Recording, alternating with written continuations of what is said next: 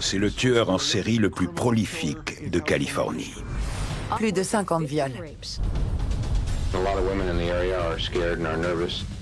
Et au moins 12 meurtres. Il lui a tiré dessus avant de le battre à mort. Il l'a frappé au visage et lui a brisé le crâne. C'était d'une violence inouïe. Ce prédateur a semé la terreur dans toute la Californie pendant plusieurs années. Il s'est volatilisé. Pendant plus de 40 ans, les enquêteurs l'ont traqué sans relâche. Mais à l'époque, ils n'ont pas réussi à l'identifier. Je savais qu'il était en vie. Ça pouvait être votre voisin, un ami ou un membre de votre famille. On ne voulait rien lâcher tant que cet homme n'aurait pas été démasqué et jugé. This case is why we lock our doors at night. Attacked all over California. The community was taken hostage. Brutal homicides. One of the most prolific serial killers in the history of this state, if not in this nation. Today we're going to launch a national campaign to help identify the Golden State Killer. All right, good morning. We have several representatives from law enforcement agencies who are going to speak to you today. In June of 1976, a community was taken hostage. One of the most prolific serial killers in the history of this state, if not in this nation. This subject has eluded investigators for over 40 years. The victims and families deserve justice. We believe he's alive, anywhere from 60 to 75 years old. The FBI is also offering a reward of up to $50,000. The answer's out there. We need a name.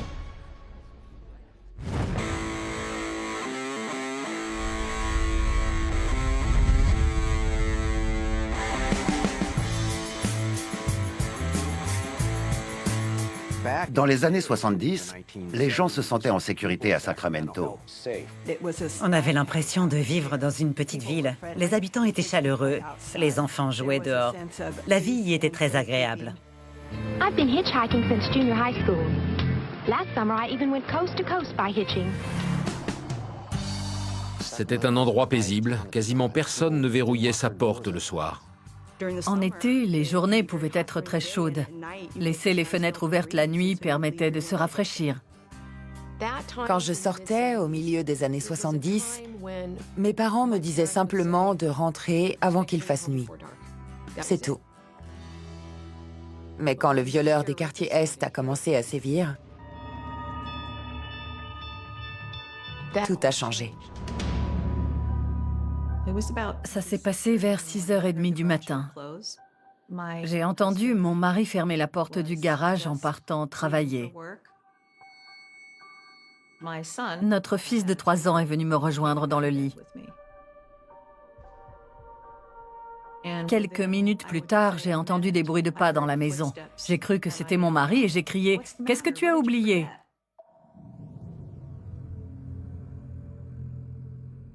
Puis j'ai vu que quelqu'un s'éclairait à la lampe de poche dans le couloir. Je me suis levée pour voir qui c'était et je me suis retrouvée face à un homme qui portait une cagoule. Il tenait un énorme couteau de boucher. J'ai pensé que c'était un cambrioleur, qu'il allait nous voler notre argent et partir. Il m'a dit « Si tu cries, je te plante. Ferme-la, ne dis rien. » Il m'a fait plusieurs entailles à la poitrine avec son couteau. C'était sa façon de me faire comprendre qu'il était sérieux. Il a sorti des lacets. Il nous a attachés, mon fils et moi, au niveau des mains et des pieds. On ne pouvait rien faire. On était tous les deux à sa merci.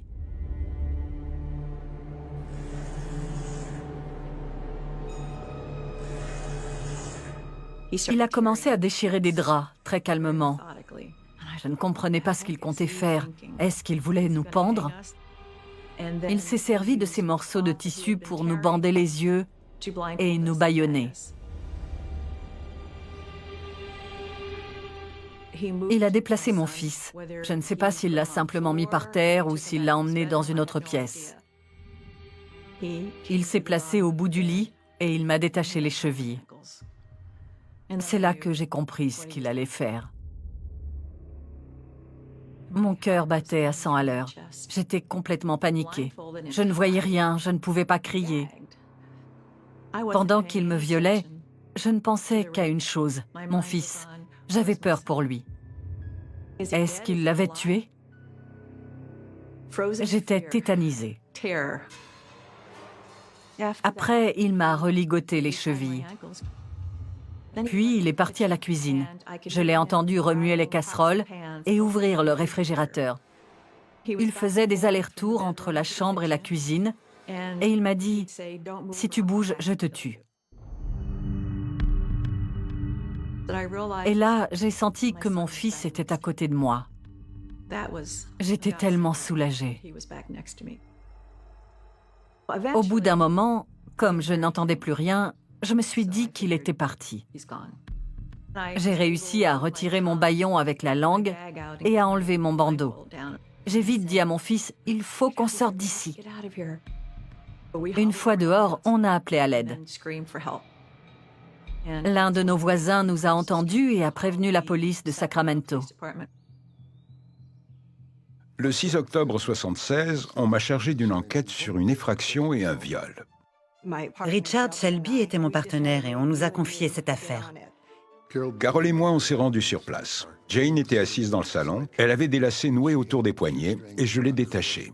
Tout avait été minutieusement planifié. Rien n'avait été laissé au hasard. L'agresseur savait à quelle heure le mari partirait au travail. Ce n'était pas un crime de type opportuniste. Richard Shelby a décidé d'étudier toutes les plaintes pour viol de l'année précédente. En parcourant les dossiers, il s'est vite rendu compte que tous ces crimes suivaient le même mode opératoire. Le lieutenant Shelby a dit, c'est le même homme qui a fait tout ça. On avait affaire à un violeur en série. Il y avait déjà eu plusieurs agressions étrangement similaires. Jen était la 5e victime. Il s'y prenait toujours de la même façon. La plupart du temps, il passait par une porte coulissante ou une fenêtre. Il réveillait la femme avec une lampe de poche ou lui braquait une arme sur le visage et il lui défendait de le regarder. Il avait toujours de quoi les ligoter. Il parlait entre ses dents. Si tu cries, je te tue. Obéis ou tu es morte. J'ai un pistolet et un couteau, je n'hésiterai pas à m'en servir. En 5 mois, il y a eu 8 agressions. C'est un journaliste du Sacramento Bee qui l'a appelé le violeur des quartiers Est. Et le surnom est resté. On voulait vraiment le coincer. Mais à l'époque, on ne savait pas que cette affaire prendrait une si grande ampleur et qu'il irait aussi loin. C'était vraiment un monstre, un détraqué.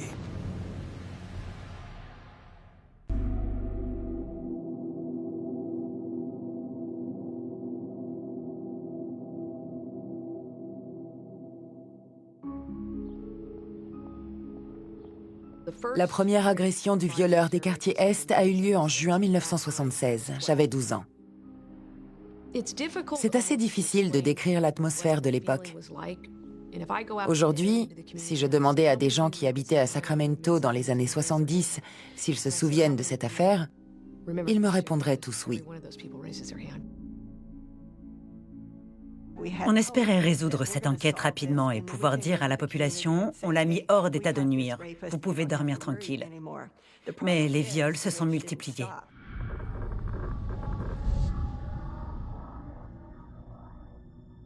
The attack took place about 10 p.m. The victim was in the home alone at the time watching television. He attacked her once in the home. There was a knife used and he was wearing a mask or hood of some sort. Quand les médias ont commencé à parler du violeur des quartiers Est, personne n'a paniqué, mais la police n'arrivait pas à l'identifier, et il a continué. Là, les gens ont pris peur. Chaque nouvel article sur l'affaire faisait le décompte des victimes. C'est sûrement pour ça que la population a décidé de réagir. I imagine a lot of women in the area are scared and are nervous. If they could just kind of get to know each other's habits, their neighbors' habits, and call in if they see or hear anything suspicious at all. We'll get a unit there right away. Des femmes ont pris des cours de self-défense. Les ventes de verrous et d'armes à feu ont explosé. I don't know, I have a gun, but I still don't feel safe being, at home alone. On avait tous très peur. On était persuadés qu'il reviendrait un jour ou l'autre. La question c'était, quelle maison allait-il choisir? Est-ce que ce serait la mienne? Celle de ma voisine ou celle du bout de la rue?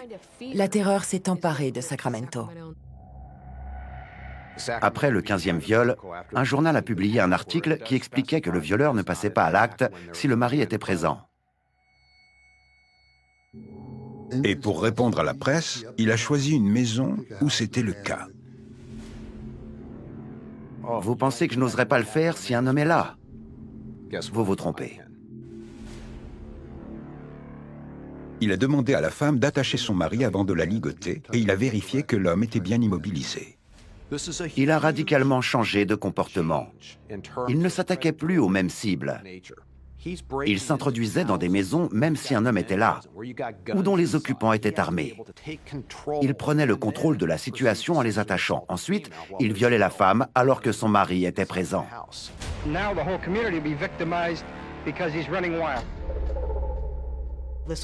L'atmosphère était tendue, on parlait de cette affaire tous les jours. Tout le monde avait peur d'être la prochaine victime. Les gens se barricadaient dans leurs chambres. Il ne ciblait pas un quartier en particulier ou une zone restreinte. Il s'est attaqué à Carmichael, Citrus Heights, Orangevale, Rancho Cordova. C'est un périmètre immense. C'était très étonnant. On n'avait aucun répit. Les viols s'enchaînaient les uns après les autres. Il a même agressé 2 femmes en une nuit. Mais personne n'avait vu son visage. Il portait toujours une cagoule. Il planifiait méticuleusement tous les détails de son crime jusqu'à sa fuite. Les enquêteurs ont vite compris qu'ils avaient affaire à un homme intelligent et habile. Concern over rape is mounting in this community. Many of the same women at this workshop will gather again next month for a sheriff's talk on safety in the neighborhood. Beaucoup de gens venaient à ces réunions. Tout le monde s'inquiétait et beaucoup avaient peur. I live alone and I would like to learn how to protect myself.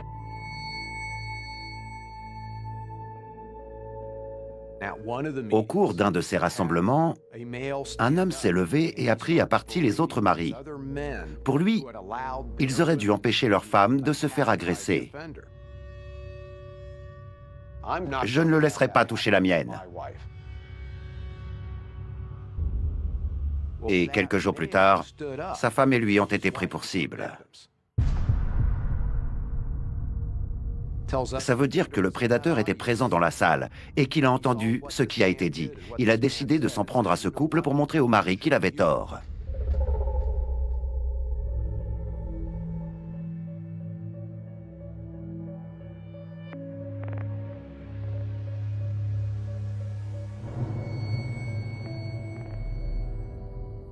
En février 1978, Brian et Cathy Maggiore ont sorti leur chien à 23 h. Ils ont croisé un rôdeur dans le quartier. Brian faisait partie de la police militaire. Alors, quand l'individu s'est enfui, il n'a pas hésité à lui courir après à travers les jardins. À un moment, l'autre homme a compris qu'il n'arriverait pas à semer cet habitant qui le poursuivait. Ils se sont battus et il y a eu des coups de feu.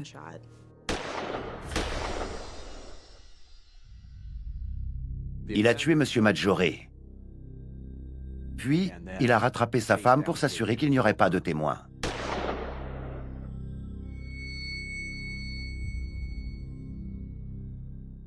Quand j'ai appris que ma sœur Cathy et son mari avaient été tués, ça m'a anéanti. J'ai vécu un vrai cauchemar. Je les adorais. Ils me manquent encore aujourd'hui. Mon beau-frère était un homme très courageux. S'il était témoin d'une injustice ou d'un délit, il n'hésitait pas à réagir et à s'interposer. La police connaissait cette zone. Le violeur des quartiers Est y avait déjà agressé 5 femmes. Juste à côté du corps de Brian, on a retrouvé des lacets. Et on savait que le prédateur s'en servait pour attacher les mains et les pieds de ses victimes. S'il s'agissait bien de lui, je pense qu'il les a tués parce qu'ils l'avaient vu et qu'ils auraient pu l'identifier. Regardez ce qui est arrivé à ce jeune couple, les Maggiore. L'heure à laquelle ils ont été tués, l'endroit où c'est arrivé, et les indices retrouvés sur la scène de crime. Avec tous ces éléments, j'étais convaincue que c'était le violeur des quartiers Est.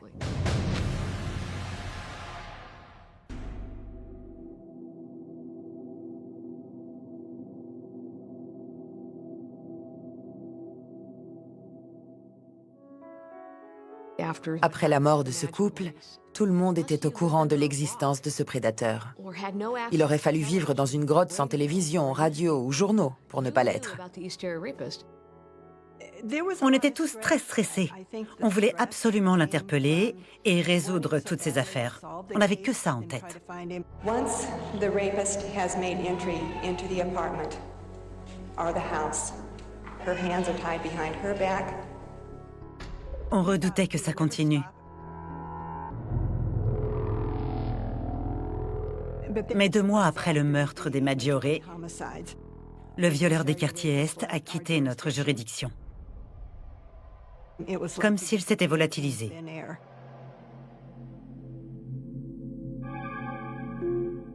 Même si les habitants de Sacramento ne souhaitaient à personne de vivre ce qu'ils avaient subi, c'était un soulagement de le savoir ailleurs.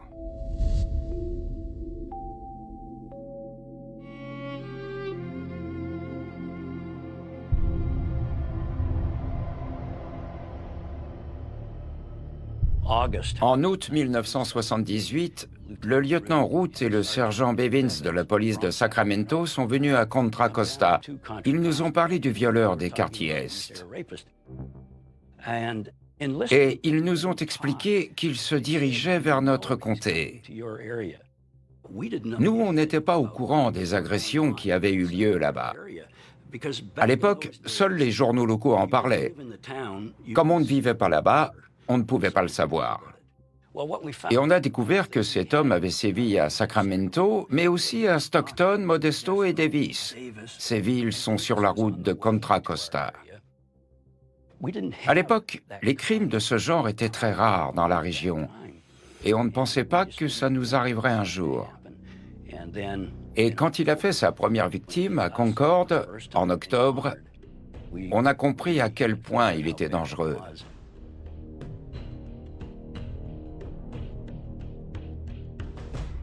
Ça a été très dur.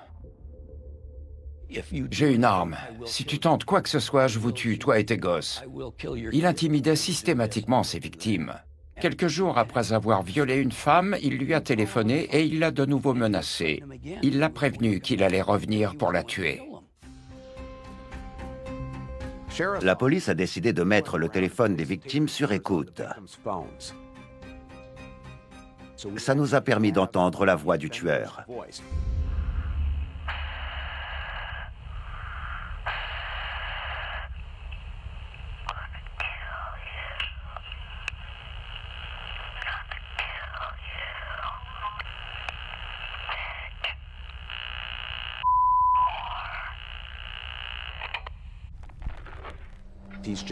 Il proférait ses menaces en chuchotant et en soufflant dans le combiné.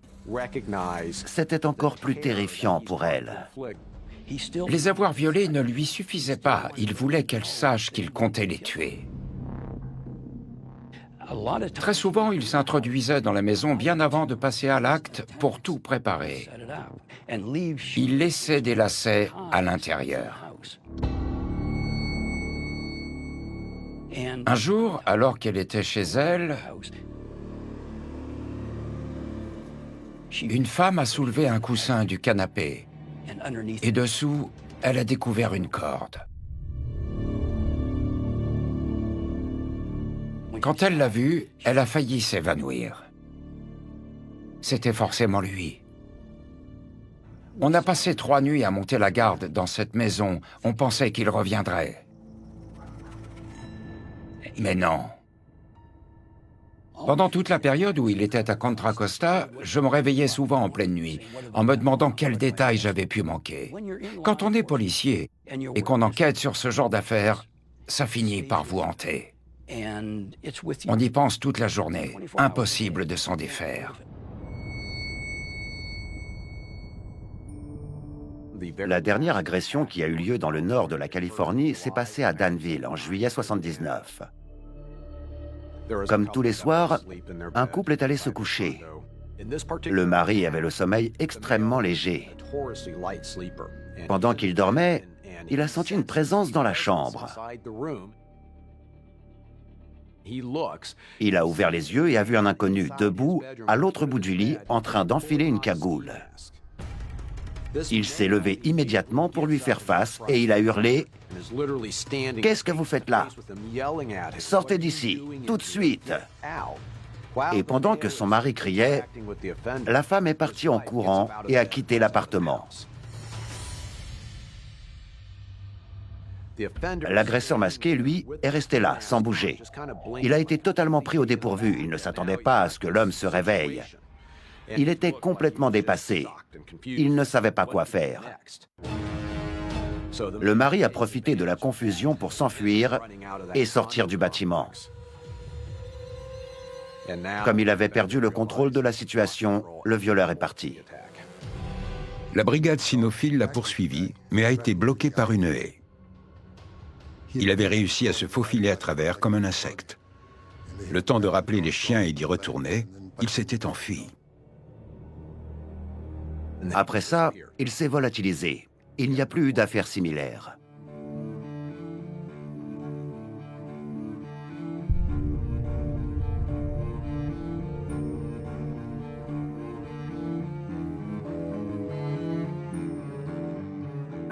J'avais le sentiment d'avoir échoué parce que je ne l'avais pas appréhendé. Mon lieutenant m'a dit qu'il n'était plus dans la région et qu'il fallait avancer.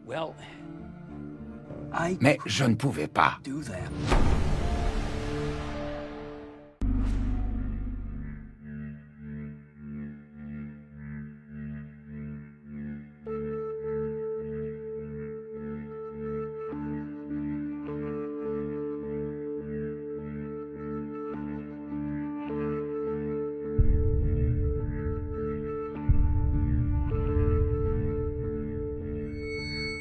Le 1er octobre 79, vers 2 heures du matin, un homme et une femme de 33 ans étaient en train de dormir dans leur lit, dans le comté de Santa Barbara. Ils ont été réveillés par un intrus qui les a éblouis avec une lampe de poche et qui leur a dit qu'il voulait de l'argent. Il a menacé de les poignarder s'ils bougeaient. Il avait apporté des cordes ou des ficelles. Il a demandé à la femme de ligoter son mari, puis il lui a attaché les mains derrière le dos. Il l'a emmené dans le salon, près de la cuisine, et il l'a laissé par terre. Il a éclairé son corps de haut en bas avec sa lampe et s'est dirigé vers le réfrigérateur. C'est là qu'elle l'a entendu répéter « Je dois les tuer, je dois les tuer ». La femme a indiqué qu'il l'avait dit au moins une dizaine de fois. « Je vais les tuer, je vais les tuer ». Il se parlait à lui-même, il murmurait, mais elle arrivait à entendre ce qu'il disait. Elle a réussi à détacher ses chevilles et elle s'est enfuie par la porte d'entrée. Le suspect l'a poursuivi et rattrapé. Il lui a dit « Je t'avais prévenu, ne crie pas, ne fais pas de bruit ». Il l'a traînée à l'intérieur, l'a ligotée et l'a laissée par terre. Pendant ce temps-là, le mari a aussi réussi à se détacher et à sortir par la porte de derrière. Une fois dans le jardin, il a appelé à l'aide. Devant son incapacité à contrôler la situation, le suspect n'a pas eu le choix. Il a préféré s'enfuir. Il a volé un vélo à 10 vitesses qu'il a abandonné près de la rivière San José. Il s'est aussi débarrassé d'un couteau de cuisine dentelé et il a disparu. Évidemment, on n'était sûr de rien. Mais on ne pensait pas qu'il reviendrait.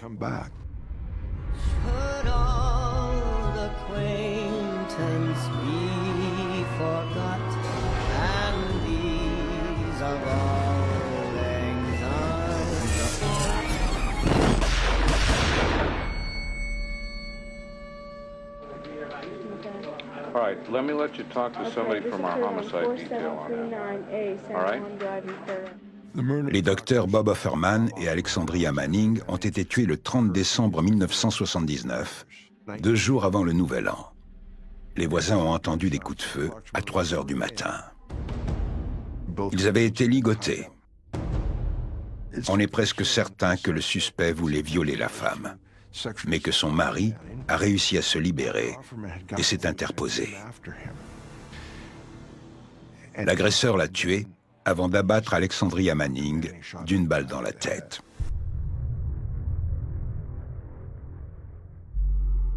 À Contra Costa, on a appris que 2 mois plus tard qu'il y avait eu un double meurtre à Goleta.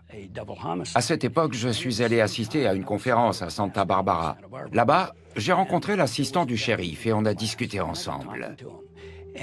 On a parlé de ce double homicide et il m'a appris qu'il y avait aussi eu une tentative de viol, mais que les victimes s'en étaient tirées. Et là, j'ai fait le lien. J'ai récupéré les rapports d'enquête et je les ai étudiés avec le sergent Bevins. Pour nous, ça ne faisait aucun doute, c'était le violeur des quartiers Est. Mais on ne pouvait pas le prouver. Personne ne nous aurait cru, pas même notre hiérarchie. C'était très frustrant.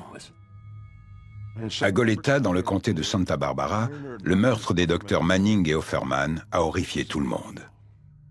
Mais le tueur n'avait pas encore montré toute l'étendue de sa cruauté.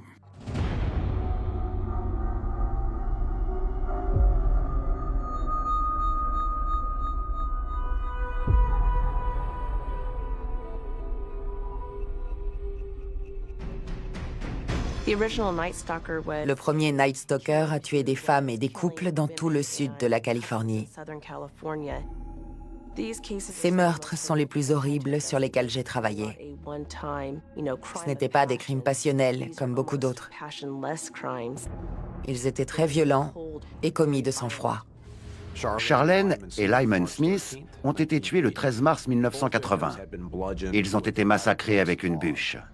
Patrice et Keith Harrington sont morts le 19 août 80. Elle a été rouée de coups, puis violée. Il a continué de la frapper après l'avoir tuée.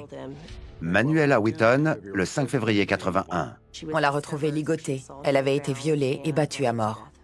Cherry Domingo et Gregory Sanchez, 27 juillet 81. Il a tiré sur Gregory pour le neutraliser et l'a achevé en le frappant. Cherry a ensuite subi le même sort. Une fois qu'il l'a tué, il s'est masturbé sur son cadavre. Après, il a continué à sévir, avec le même mode opératoire. Puis il a disparu.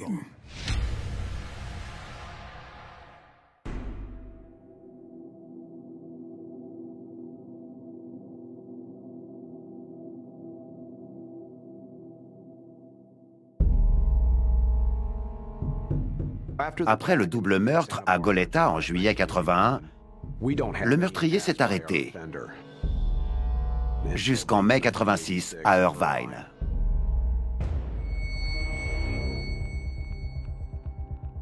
Je faisais mes débuts comme enquêteur dans la police d'Irvine et on nous a signalé un homicide dans la partie nord de la ville. On s'est rendu sur place et on a découvert le corps de Janelle Cruz dans sa chambre. Elle avait été frappée à la tête et au visage à plusieurs reprises avec un objet contondant. On n'a pas retrouvé l'arme du crime sur place. Sa famille nous a expliqué qu'il y avait une clé serre-tube qui traînait habituellement près de la porte de derrière. On ne l'a jamais retrouvée. Elle avait aussi des morceaux de tissu un peu partout sur le corps. Ça pouvait vouloir dire que le tueur avait déchiré des draps au-dessus d'elle ou qu'il s'en était servi pour lui attacher les mains. Puis qu'il avait tout emporté pour ne laisser aucun indice sur la scène de crime. C'était clairement un individu qui aimait faire du mal aux gens, les tuer de ses propres mains et d'une façon très violente. C'était d'une brutalité extrême. On a retrouvé une très grande quantité de sperme sur la scène de crime. Les atrocités qu'il a fait subir à cette femme lui procuraient un plaisir sexuel intense. Il assouvissait une pulsion, tuer. Pendant des années, on nous a signalé plusieurs homicides dans le sud de la Californie. On était convaincus que c'était le violeur des quartiers Est. Mais on n'avait jamais retrouvé d'empreinte. C'était uniquement son mode opératoire qui prouvait que c'était le même homme. À l'époque, on ne connaissait pas l'ADN. DNA testing has been seen as a scientific breakthrough in identifying criminal suspects ever since it was introduced in court in the late 1980s. By matching the DNA patterns in blood, skin, or other tissues, scientists can single out one person among billions. L'utilisation des analyses ADN dans les enquêtes criminelles était récente. J'ai donc décidé de voir si ça pouvait nous être utile dans cette affaire. Mais les crimes du violeur des quartiers Est remontaient à une vingtaine d'années et étaient prescrits. Même si on arrivait à l'identifier, on ne pourrait pas le poursuivre. J'ai quand même voulu tenter le coup pour voir ce que ça donnerait. Et dans les archives des 3 affaires de viol, j'ai découvert des indices biologiques. Ça a été une avancée majeure pour l'enquête, parce qu'on avait enfin des éléments à exploiter. Et à partir des échantillons, le laboratoire a pu établir l'empreinte génétique du prédateur. Les analyses ont montré que le même profil génétique apparaissait dans ces 3 dossiers. Les premiers enquêteurs avaient relié ces crimes en se basant sur le mode opératoire de leur auteur. Maintenant, les preuves scientifiques prouvaient qu'ils avaient raison. J'ai contacté la police du comté d'Orange pour savoir si l'ADN du violeur des quartiers Est correspondait à celui du premier Night Stalker. Mais ça a pris plusieurs années avant qu'on obtienne des résultats. Et enfin, le 6 mars 2001, on a pu confirmer que le violeur des quartiers Est et le premier Night Stalker étaient bien une seule et même personne. J'en revenais pas. Vraiment. Ça a confirmé nos soupçons. Notre hypothèse était maintenant une certitude. Ce criminel avait continué de sévir. Heureusement que depuis plus de 20 ans, la police du comté de Contra Costa avait gardé ses preuves. Sinon, on n'aurait peut-être jamais su que ces 2 prédateurs ne faisaient qu'un.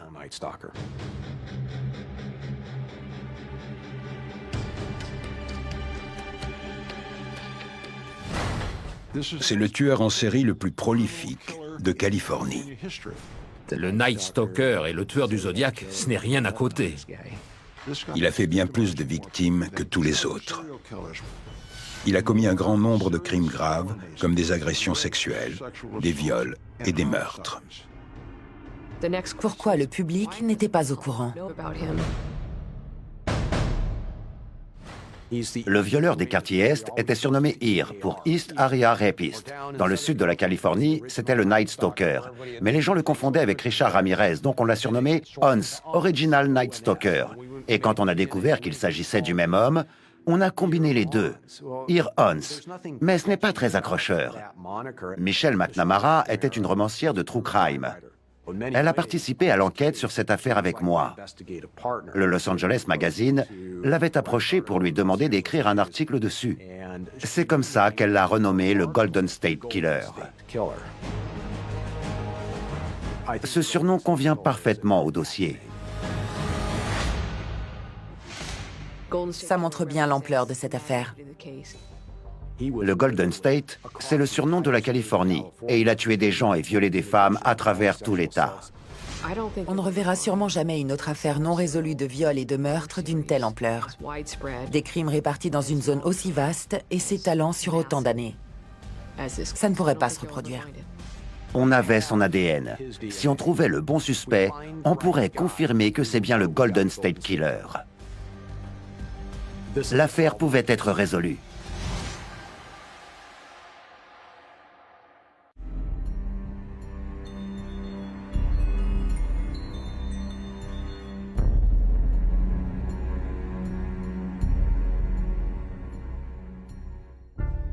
En Californie, le fichier ADN contient plus de 2 millions d'empreintes génétiques.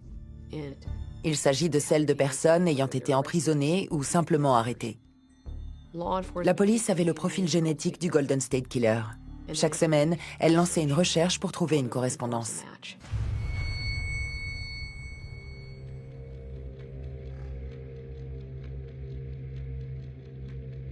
Ce prédateur était un véritable caméléon. Il avait commis des actes ignobles, mais il avait tout fait pour ne pas pouvoir être identifié. Son ADN n'était même pas répertorié dans notre base de données. Comment était-ce possible? On s'est demandé s'il avait été arrêté. Est-ce qu'il a continué de tuer après 86? Je ne sais pas. Il a peut-être commis d'autres crimes, sans qu'on le sache. Le Golden State Killer était vraiment un mystère. Ça pouvait être votre voisin, un ami ou un membre de votre famille, n'importe quelle personne croisée dans la rue. Ce qui rendait cette affaire aussi terrifiante, c'était ça. Personne ne savait qui c'était. Parfois, on avait l'impression d'être à la poursuite d'un fantôme. La 14e victime vivait à Sacramento. Elle avait été violée en 1977.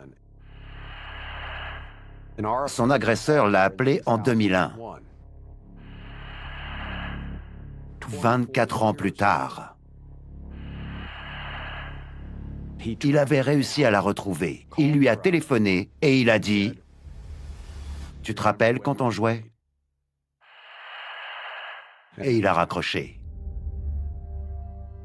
C'est ce qui nous a permis de savoir qu'il était toujours en vie.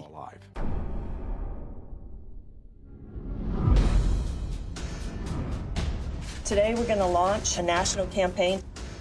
The FBI is offering a reward of up to $50,000 for information leading to the identification, arrest, and conviction of the Golden State Killer. Whether you thought you knew a name, you heard something, help us end that journey for justice. On a discuté avec plusieurs victimes. Et on entendait la peur dans leur voix. On sentait qu'elles restaient toujours sur leur garde.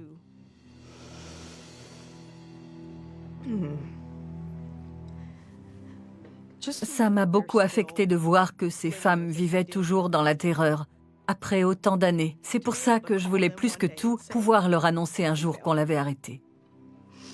C'était mon vœu le plus cher.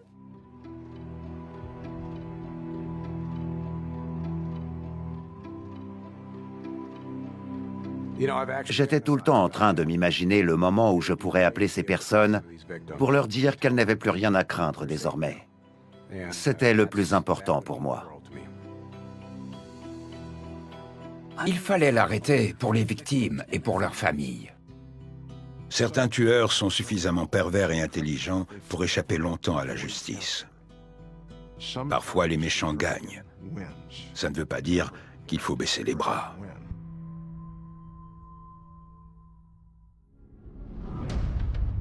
On savait qu'on résoudrait cette affaire. Il avait laissé plein d'indices derrière lui. Certains finiraient forcément par le trahir. Il avait un mode opératoire très précis. Ce n'était pas un cambrioleur ordinaire. Il volait des photos dans les albums et les gardait comme trophées. Mais il a commis des erreurs. Il voulait jouer au chat et à la souris avec la police. C'était comme s'il nous narguait.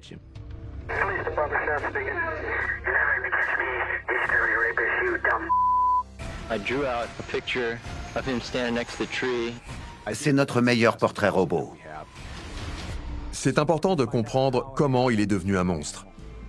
Un criminel comme lui pense que ses victimes lui appartiennent.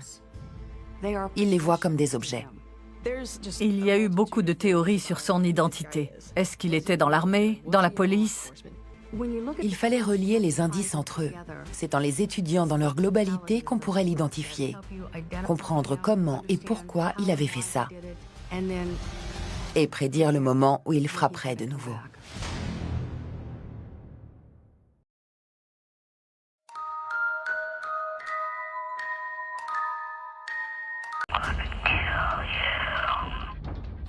Pendant plus de 40 ans, les enquêteurs de Californie l'ont traqué sans relâche, mais ils n'ont pas réussi à l'identifier.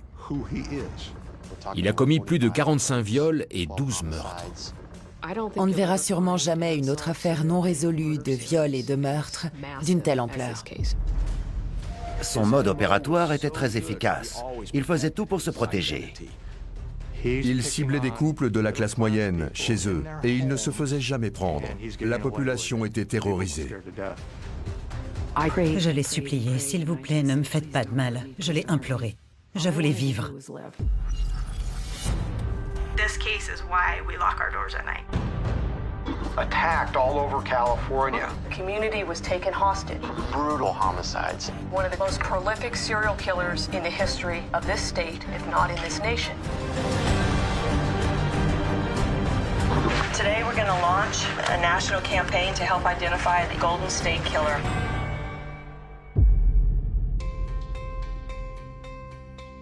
Le Golden State Killer était un cambrioleur, un violeur et un tueur en série. Il a terrorisé la Californie de 1976 à 1986. C'est le tueur en série le plus prolifique de Californie. 50 viols sans se faire prendre et une dizaine d'homicides. Il était très difficile de l'arrêter parce qu'il avait un mode opératoire d'une efficacité redoutable. Le Golden State Killer avait un MO vraiment particulier. Ça signifie modus operandi ou mode opératoire. C'est l'ensemble des connaissances et des techniques qu'un individu utilise pour commettre ses crimes. La façon dont il s'y prend évolue souvent à mesure qu'il découvre ce qui fonctionne ou ne fonctionne pas.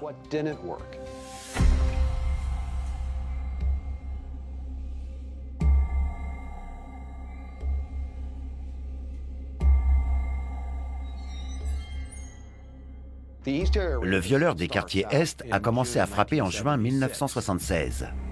Quand on enquête, on recherche des points communs entre les victimes. Au début, il s'attaquait à des femmes célibataires. Et il suivait une logique. Il s'intéressait toujours au même type de cible. Toutes ces agressions étaient minutieusement préparées. Il faisait tout pour ne pas pouvoir être identifié. Les viols étaient tellement nombreux qu'on se demandait si d'autres hommes ne l'imitaient pas. Et en arrivant sur une scène de crime, les agents reconnaissaient immédiatement le mode opératoire de ce prédateur.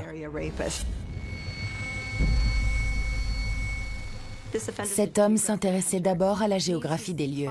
Il commençait par repérer un quartier avant de chercher une proie. Il avait deux critères. La victime devait d'abord lui plaire. Ensuite, il fallait qu'il soit sûr à 100% de pouvoir entrer et repartir en toute sécurité. On savait qu'il se déplaçait beaucoup. On avait aussi compris que le suspect faisait des repérages. Les endroits dans lesquels ces crimes ont eu lieu étaient des quartiers huppés ou de la classe moyenne. Il avait une préférence pour les maisons qui n'avaient pas d'étage. C'est important parce que les fenêtres d'une maison de plain pied sont au rez-de-chaussée. Il suffit de regarder à travers pour savoir ce qui se passe à l'intérieur. Il espionnait généralement ces femmes pendant des jours, voire des semaines. On sait que le violeur des quartiers Est était aussi un cambrioleur. Il arrivait à entrer même quand les portes étaient verrouillées. Forcer des portes coulissantes, des serrures ou encore des fenêtres était un jeu d'enfant pour lui. Il entrait par effraction, sans se faire repérer. Parfois, les victimes entendaient un bruit, elles pensaient que c'était un chat, un autre animal ou le vent. Mais ce n'était jamais rien de tout ça. Malheureusement, c'était l'agresseur qui venait de pénétrer chez elle. Quand il était entré et qu'il se retrouvait devant la victime à moitié endormie, il commençait par l'éblouir avec une lampe de poche. On était en pleine nuit et ses yeux s'étaient adaptés à l'obscurité. Et même en ayant pris cette précaution, il portait une cagoule. En plus d'utiliser une lampe de poche et de porter un masque, il avait des couteaux, des pics à glace et même une arme à feu. Il disait à la femme de ne pas le regarder, sinon il la tuerait. Il répétait toujours la même chose. Je te tue si tu bouges, je te tue si tu cries. Pendant les agressions, c'était comme un disque rayé. Il parlait entre ses dents, il murmurait. Parfois, il avait l'air énervé, mais pas toujours. On voit qu'il essayait de se protéger. Je ne te tuerai pas si tu obéis. Il n'y a que l'argent qui m'intéresse.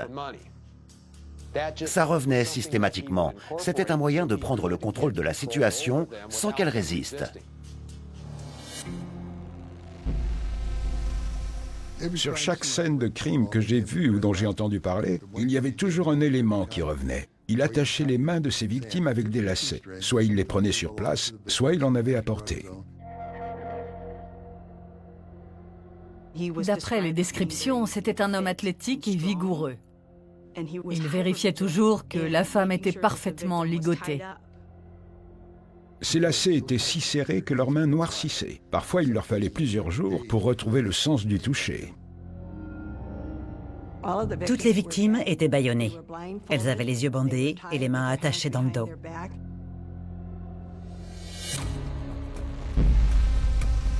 Il fouillait à chaque fois leur sac à main pour prendre de l'argent liquide.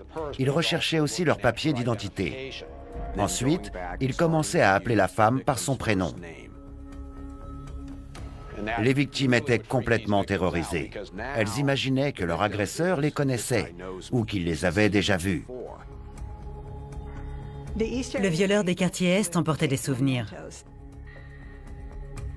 Ça pouvait être un permis de conduire, des photos, des bijoux ou n'importe quel autre objet qui pourrait lui rappeler son crime. Après le viol, en général, il faisait toujours la même chose. Il allait chercher de la nourriture dans la cuisine et il mangeait sur place. Et s'il trouvait de la bière dans le réfrigérateur, vous pouvez être sûr qu'il en buvait. C'était un amateur de bière. Très souvent, il sortait sur le patio à l'arrière de la maison pour se détendre un peu, pendant que la femme à l'intérieur tremblait de peur.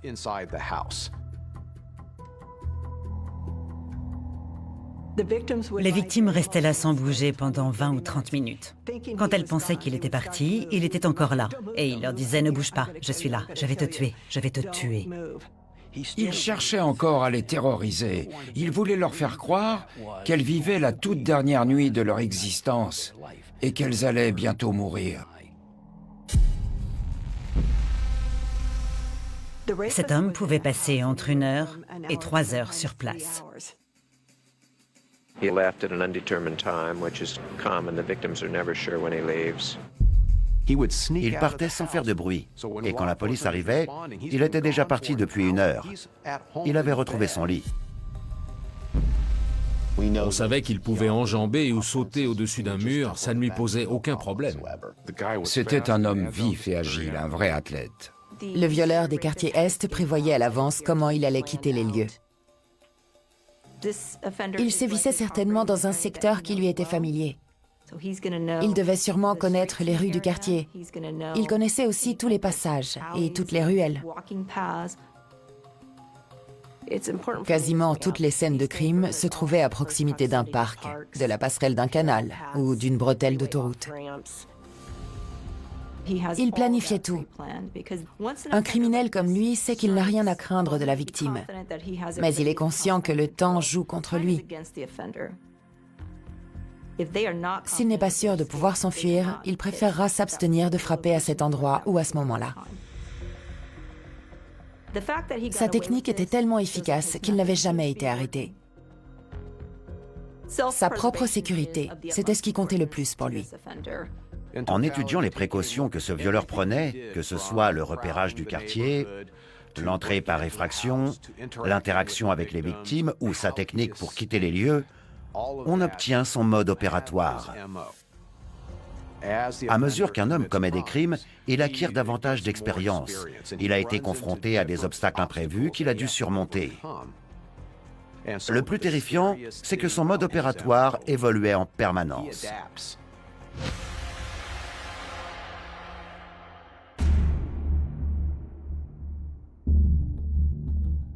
Les journaux de Sacramento passaient leur temps à publier des articles sur ce violeur. Et c'était pareil à la télévision. Sa façon d'agir se démarquait totalement des autres criminels dans son genre. I imagine a lot of women in the area are scared and are nervous. If they could just kind of get to know each other's habits, their neighbors' habits, and call in if they see or hear anything suspicious at all.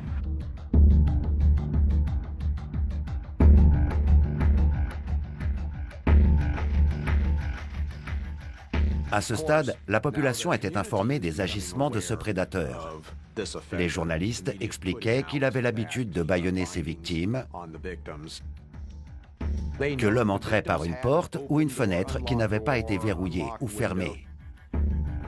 Le Sacramento Bee a publié un article après la 15e agression. Il précisait que cet individu faisait toujours irruption quand une femme était seule. Et la fois d'après, quelques semaines plus tard, il s'en est pris à un couple, une femme et un homme. À partir de là, il a pris l'habitude de frapper systématiquement en présence d'un petit ami ou d'un mari.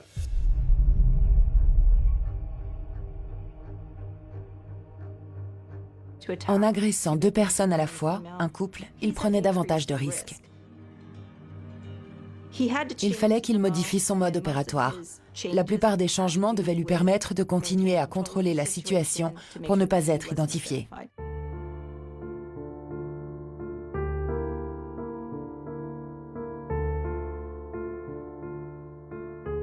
J'ai grandi à Toledo, dans l'Ohio, dans une famille catholique très nombreuse. Et je suis arrivée en Californie à l'âge de 21 ans, en 1976.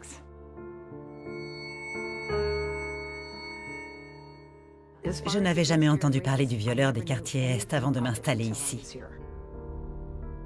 Je venais de me marier et je me disais que j'avais de la chance d'avoir un mari à mes côtés. Je n'étais pas vraiment inquiète. Je pensais que je ne craignais rien.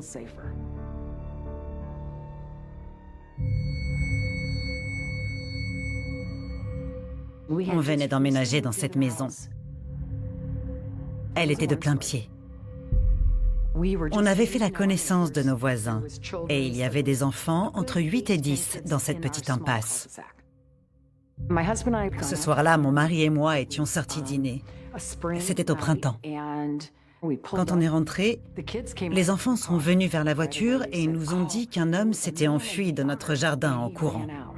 Un homme dans notre jardin ? On a fait le tour de la maison, on a regardé si quelque chose avait été déplacé et apparemment, rien n'avait bougé depuis notre départ. Avec le recul, je sais qu'il nous épiait. On est allé se coucher.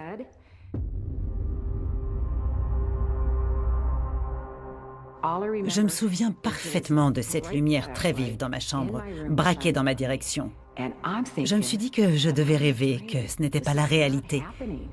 J'entendais une personne qui parlait, mais ce n'était pas très clair. Et j'ai paniqué tout de suite, j'ai eu très peur. Je me suis dit, c'est un cambriolage. Je me rappelle avoir pris ma bague de fiançailles et l'avoir fait tourner pour essayer de l'enlever. Il a jeté un morceau de corde sur le lit en disant à mon mari de mettre les mains dans le dos. Il m'a ensuite ordonné de lui attacher les 2 poignets. J'ai fait en sorte de ne pas trop serrer les liens, mais lui, il les a resserrés encore plus fort. Il entrait par effraction dans des maisons où il y avait des hommes et des armes. Mais son mode opératoire était tellement au point qu'il réussissait facilement à neutraliser l'homme, c'est-à-dire la menace, avant de commencer à agresser la femme. Il m'a attaché les mains dans le dos en serrant très fort et il est sorti de la chambre. Il est allé chercher des assiettes dans la cuisine. Quand il est revenu, il les a posées sur le dos de mon mari.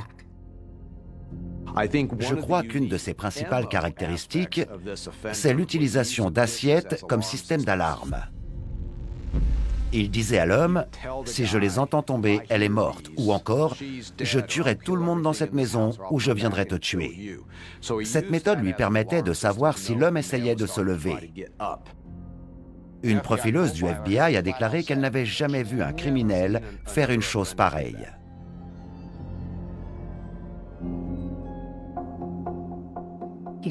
Il m'a dit de me lever. Ensuite, il m'a demandé de traverser le couloir jusqu'à la salle de séjour.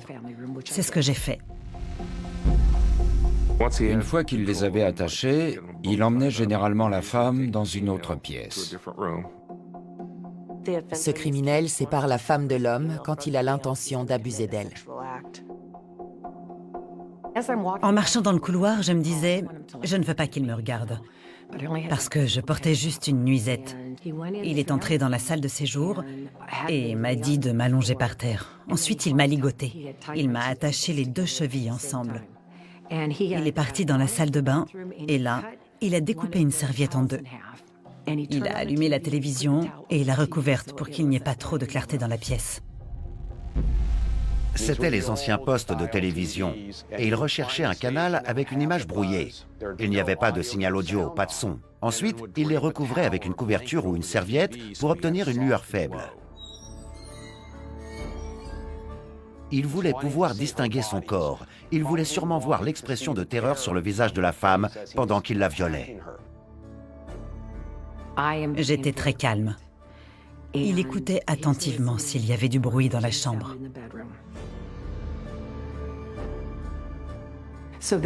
À ce moment-là, il m'a détaché les chevilles et j'ai compris qu'il allait me violer. Je l'ai supplié, s'il vous plaît, ne me faites pas de mal. Je l'ai imploré, parce que je ne voulais pas mourir. Je voulais vivre.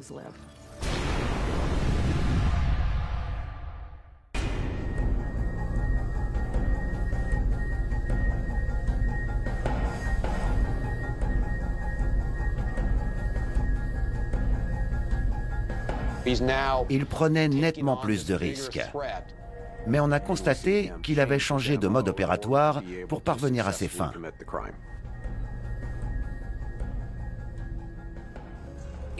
Il n'était pas vraiment gros. Il devait peser autour des 80 kilos. Il était un peu plus grand que moi, peut-être 1,79 m. Je n'ai jamais vu son corps ou son visage, même quand il m'a retourné sur le dos. Pendant tout le temps que ça a duré, j'avais les yeux bandés.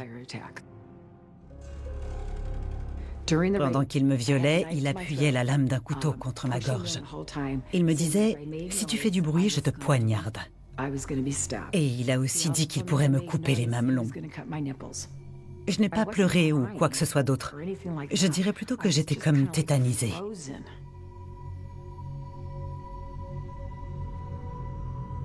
Après le viol, il m'a demandé mes bagues. Je lui ai répondu que je ne pouvais pas les enlever. « Si tu ne les enlèves pas, je te coupe le doigt. » Alors je lui ai demandé de m'apporter du savon. Il est allé chercher du savon dans la salle de bain et je lui ai donné mon alliance et ma bague de fiançailles. J'ai été surprise de voir qu'il restait aussi longtemps dans la maison. Je sais qu'il a fouillé dans la commode. Je l'ai entendu. Il a fouillé dans les tiroirs de la cuisine. Ensuite, il a commencé à boire de la bière. Je savais qu'il faisait le tour de la maison. J'étais terrorisée. Je me demandais s'il allait nous tuer, mon mari et moi, ou alors juste l'un de nous deux. Je ne savais pas. Je restais là, sans bouger. Au bout d'un moment, je n'ai plus rien entendu. Je ne sais pas quand il est parti et de quelle façon. Il n'y avait plus aucun bruit. J'avais l'impression qu'il s'était écoulé un bon moment et je me suis dit qu'il fallait que j'aille retrouver mon mari. Il ne m'avait pas rattaché les chevilles, alors je pouvais marcher. J'ai couru jusqu'à la chambre et mon mari m'a dit « Va chercher de l'aide ». Mon sang ne circule plus, je ne sens plus mes mains. J'ai couru chez les voisins, j'ai sonné à leur porte et la police est arrivée peu de temps après.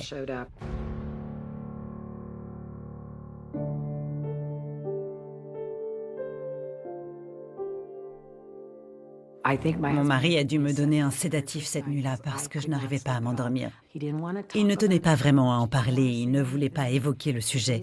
Il m'a simplement dit qu'il avait jeté mes chemises de nuit et la nuisette que je portais. C'était comme si rien ne s'était passé. Je pense qu'il a cru que c'était mieux pour moi de faire comme si rien ne s'était passé. Mais ce n'était pas le cas. Je n'étais plus en sécurité chez moi. J'aurais voulu être n'importe où ailleurs. À ce moment-là, j'ai compris que je ne serais plus jamais la même. Je ne me sentirais plus jamais en sécurité.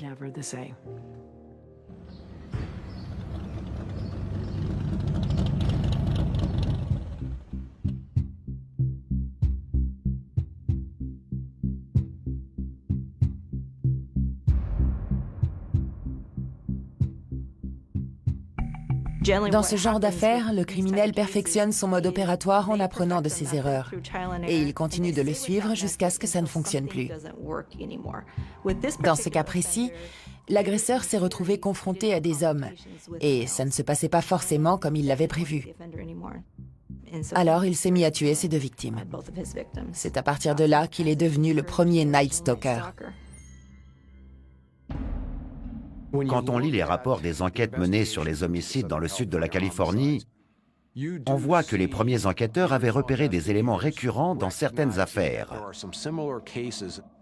On a commencé à entendre parler de ce premier Night Stalker juste après les meurtres des docteurs Manning et Offerman.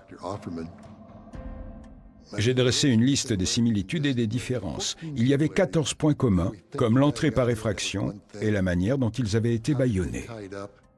Ça m'a fait penser aux violeurs des quartiers Est. Il n'y avait pas d'empreinte digitale, ni cheveux, ni fibres. Le seul lien était le mode opératoire, rien d'autre. Ce prédateur avait changé. On me l'a décrit comme un sadique sexuel qui avait sévi à Sacramento. À Goleta, il a commencé à tuer ses victimes. Ensuite, il a fait la même chose à Ventura. Après, il a frappé dans le comté d'Orange et il a encore changé. Il ne se contentait plus de violer les femmes et de tuer les couples. Il emportait aussi l'arme et les liens qui avaient servi à les attacher. Il se débarrassait du maximum d'indices. Il recouvrait aussi les victimes pour ne pas être aspergé de sang. Ce criminel a évolué au fil du temps. Il modifiait la façon dont il s'y prenait quand il voyait que certaines choses ne fonctionnaient plus. Il savait parfaitement ce qu'il faisait. Il ciblait des couples de la classe moyenne, chez eux, et il ne se faisait jamais prendre. C'était terrible. La population était terrorisée. Quelqu'un venait dans leur quartier pour commettre des actes atroces. Il fallait s'enfermer à double tour.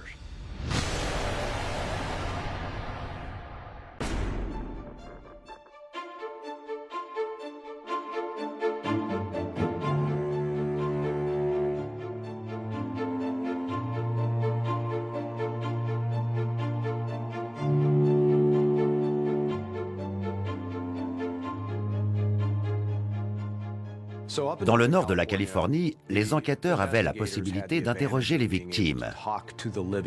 Ça leur permettait d'en savoir plus sur le mode opératoire et la personnalité de l'agresseur. Mais quand il s'est mis à sévir dans le sud de la Californie, il n'y avait plus personne pour raconter ce qu'il avait fait et comment il s'était comporté, parce qu'il tuait ses victimes. Quand j'avais 10 ans, mes parents se sont séparés et ils ont fini par divorcer.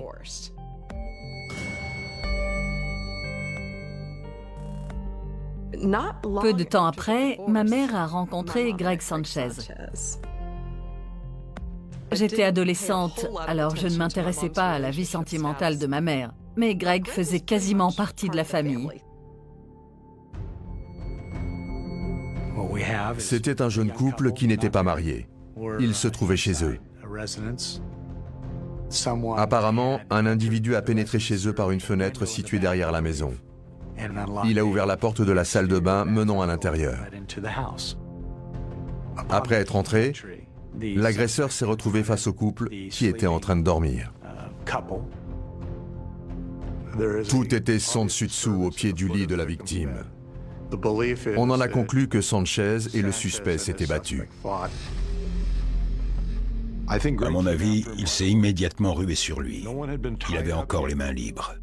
C'est sans doute parce que Greg avait entendu parler de ce qui s'était passé à Goleta. Monsieur Sanchez a reçu une balle dans le visage. Greg a reçu une balle dans la joue, mais ça ne l'a pas tué. Il était seulement blessé. L'intrus a concentré son attention sur la femme, mais Sanchez s'est relevé et ils se sont à nouveau battus. Ils se sont retrouvés dans la penderie et là, le compagnon a été frappé à la tête avec un objet. L'examen du médecin légiste a révélé que le décès était dû à plusieurs traumatismes contondants sur le crâne. Mademoiselle Domingo a aussi été battue à mort. Le 27 juillet était un lundi. Quand on est arrivé, il y avait des voitures de police partout dans le quartier et des rubans jaunes tout autour de la maison. Ça paraissait irréel. Ils se sont approchés et ils m'ont dit qu'il y avait 2 corps dans la maison. Ils pensaient que l'un d'eux était celui de ma mère. L'idée que quelqu'un se soit introduit chez nous pour tuer intentionnellement ma mère et Greg, ça me paraissait inconcevable. Ça n'avait aucun sens. J'ai voulu entrer. Je voulais voir ma chambre. Je voulais retrouver mon chat. Je me rappelle qu'un des policiers m'a interdit d'entrer dans la maison. J'ai répondu, « Vous ne comprenez pas, j'habite ici. » Il a rétorqué, « C'est vous qui ne comprenez pas, vous ne pouvez pas entrer. » Tout avait été retourné à l'intérieur et il ne voulait pas que je voie ça. Les coups les avaient rendus méconnaissables. Jusqu'à ce jour, j'avais mené une vie insouciante.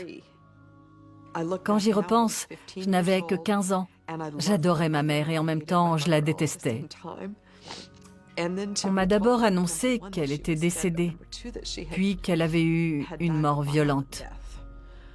À ce moment-là, j'étais complètement perdue. J'étais incapable de comprendre et de réaliser ce qui se passait.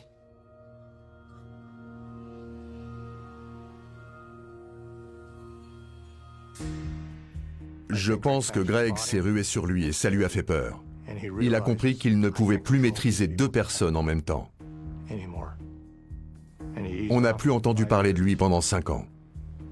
Puis il a agressé une femme seule dans le comté d'Orange, la dernière, en 86. Tous les enquêteurs des années 70 à aujourd'hui connaissaient son mode opératoire. Personne ne doutait que toutes ces affaires étaient le fait d'un seul et même individu. Mais on ne savait pas à quoi il ressemblait.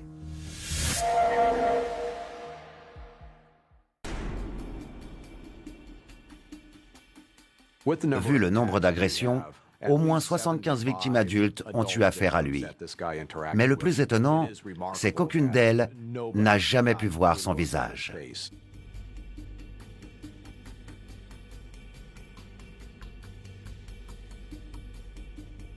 Son mode opératoire était très efficace. Il voulait avant tout se protéger. Il était toujours bien préparé. Il ne voulait pas qu'on puisse le reconnaître. Le suspect portait toujours un masque et il éblouissait ses victimes avec une lampe de poche avant de leur bander les yeux. Elles ne pouvaient voir que le sol sous leur bandeau, et c'était à peu près tout. On savait seulement que c'était un jeune blanc mesurant entre 1,78 m et 1,80 m. Une femme d'1,83 m a déclaré qu'il était plus petit qu'elle. Elle le voyait sous son bandeau. Alors on savait qu'il mesurait moins d'1,83 m. Sa pointure, c'était du 42. Il avait une corpulence moyenne et il devait peser 80 kilos. Il était bien bâti et athlétique. D'après un témoignage, il devait faire du sport. Certaines victimes pensaient avoir vu ses cheveux. Certaines ont dit qu'il était blond et d'autres châtains. La couleur des yeux variait. Parfois, il avait les yeux clairs, d'autres ont vu des yeux marrons. Il y a eu toutes les couleurs. Mais on ne savait pas du tout à quoi il ressemblait.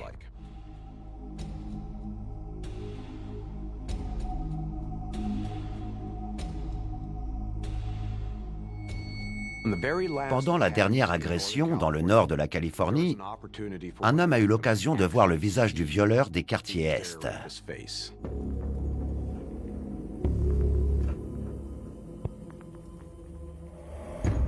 C'était dans cet immeuble. L'homme s'est réveillé et il a aperçu le criminel. Il était au pied de son lit et il enfilait une cagoule. Alors il s'est levé et il a avancé vers lui. Il lui a crié de s'en aller. Pendant ce temps-là, la femme en a profité pour s'enfuir de l'appartement en courant. Et son compagnon a fait pareil. Le violeur des quartiers Est a dû renoncer à ses plans. Il a fui vers une zone boisée. C'est là que les chiens ont remonté sa piste jusqu'à l'endroit où sa voiture devait être garée. Après cette tentative d'agression, la police est arrivée sur les lieux en espérant enfin pouvoir obtenir des détails sur l'apparence physique de cet agresseur. Grâce à ce témoin, elle est parvenue à établir un portrait robot. Malheureusement, quand le témoin s'est retrouvé face au violeur des quartiers Est, celui-ci avait déjà enfilé sa cagoule. Alors il n'a pu voir que ses yeux. Le croquis de l'agresseur de Danville a été réalisé par l'un des spécialistes du portrait robot les plus réputés du monde. Connaissant l'expérience de l'artiste, je pense qu'il doit être fidèle. Même s'il porte un masque de ski, on devine que cet homme a une mâchoire carrée puissante. Ce masque semble aussi cacher des lèvres fines. Beaucoup ne comprennent pas que même avec ce masque, et j'en ai fait beaucoup comme celui-là, c'est parfois les yeux qui vont trouver un écho chez quelqu'un et l'amener à contacter la police. Il existe à peu près une trentaine de portraits robots de ce prédateur. Mais il est important de souligner que ce ne sont que des portraits robots de suspects, d'hommes qui ont été aperçus dans ces quartiers. En fait, personne n'a jamais vu son visage. À chaque fois, on a passé beaucoup de temps sur les lieux et on a interrogé le voisinage. Est-ce que c'était le Golden State Killer? C'était une possibilité, mais on n'en était pas sûr. Ce n'était peut-être que l'employé qui relevait le compteur.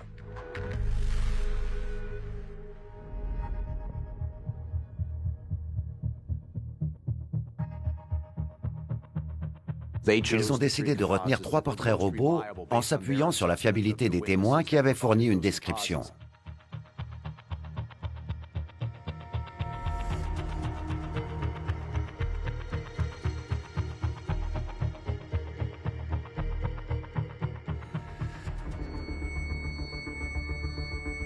Il s'apprêtait à attaquer la jeune sœur de Rodney. Rodney l'a poursuivi. Il a sauté par-dessus la clôture du voisin d'à côté. Il lui a suffi d'un seul bond pour la franchir. Ensuite, il est parti en courant vers la maison avant de s'arrêter comme ça. Il m'a fixé, je me dirigeais vers lui et c'est là que je l'ai mieux vu, parce que son visage était éclairé. Il a fait le tour de la maison et s'est arrêté devant la clôture. J'étais juste derrière lui.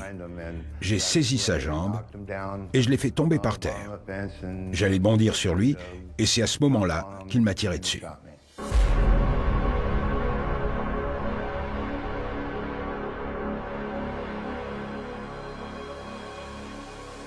J'ai réfléchi à ce que je venais de faire. Je m'étais lancé à sa poursuite et j'espérais que quelqu'un d'autre pourrait l'attraper.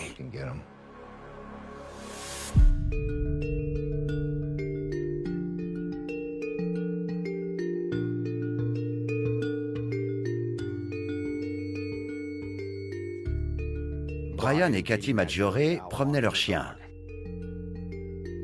C'est à ce moment-là qu'ils ont croisé un rôdeur.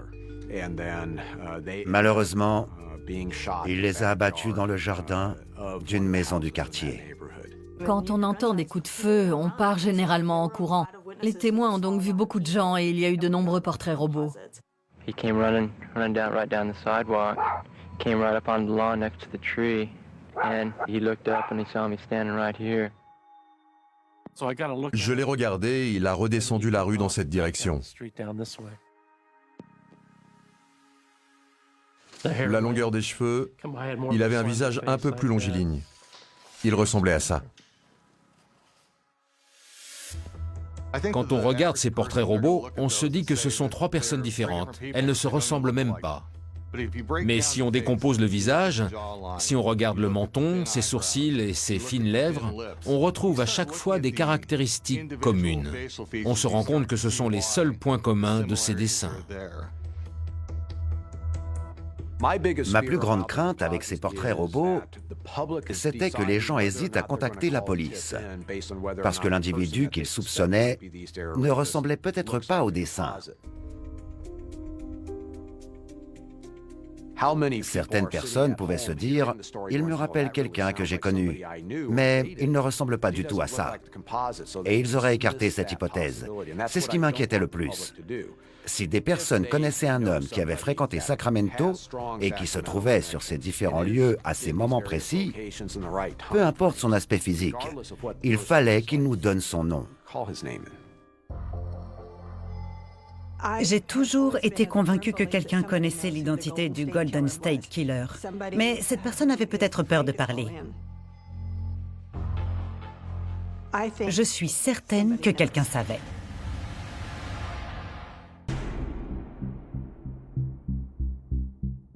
Le mode opératoire du Golden State Killer était tellement particulier que les enquêteurs ont pu suivre sa trace à travers tout le nord de la Californie.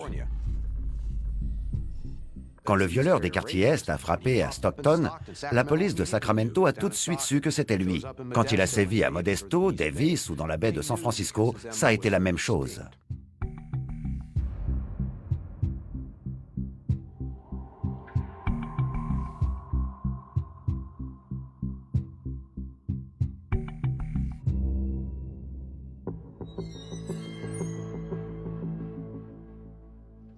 Le problème avec les portraits robots qui datent de plusieurs décennies, c'est que les gens ont beaucoup changé.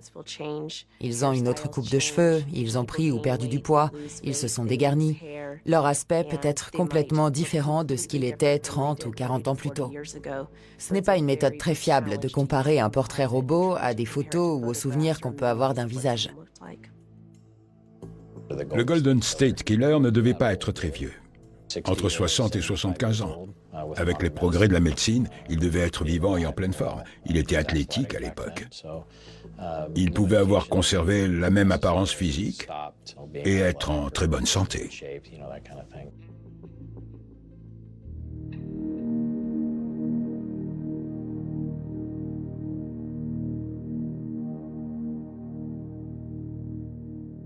Aujourd'hui, il y a de plus en plus de portraits robots établis à partir d'un profil génétique. C'est une méthode coûteuse, mais elle peut fournir de précieuses indications.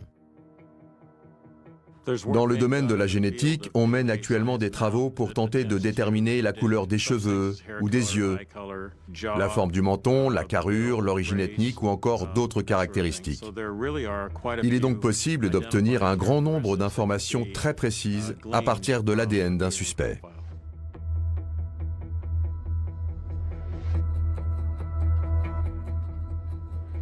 On voulait l'arrêter et le traduire en justice avant qu'il meure de cause naturelle.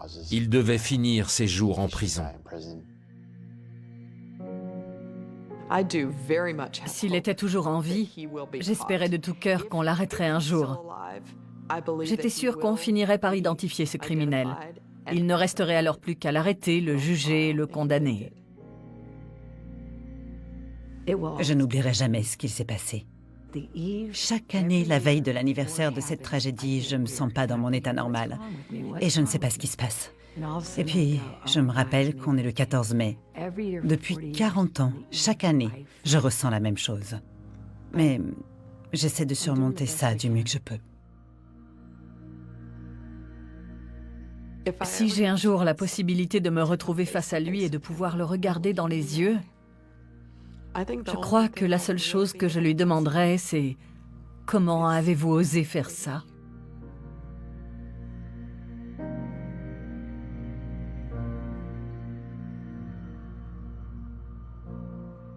Elle ne le méritait pas. Personne ne mérite ça. Personne ne devrait subir ce qu'il a fait.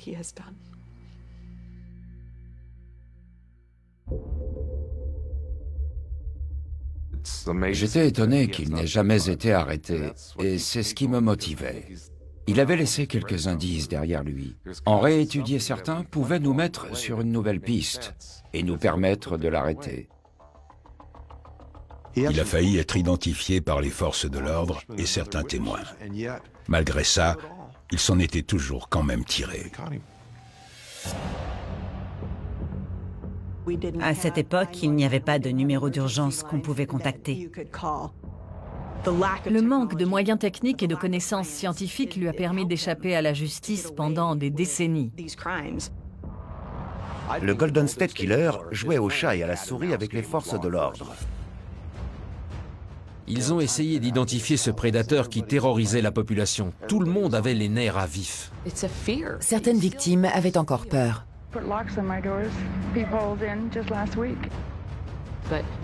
Cette série de crimes tragiques a eu un effet positif sur nos méthodes de travail.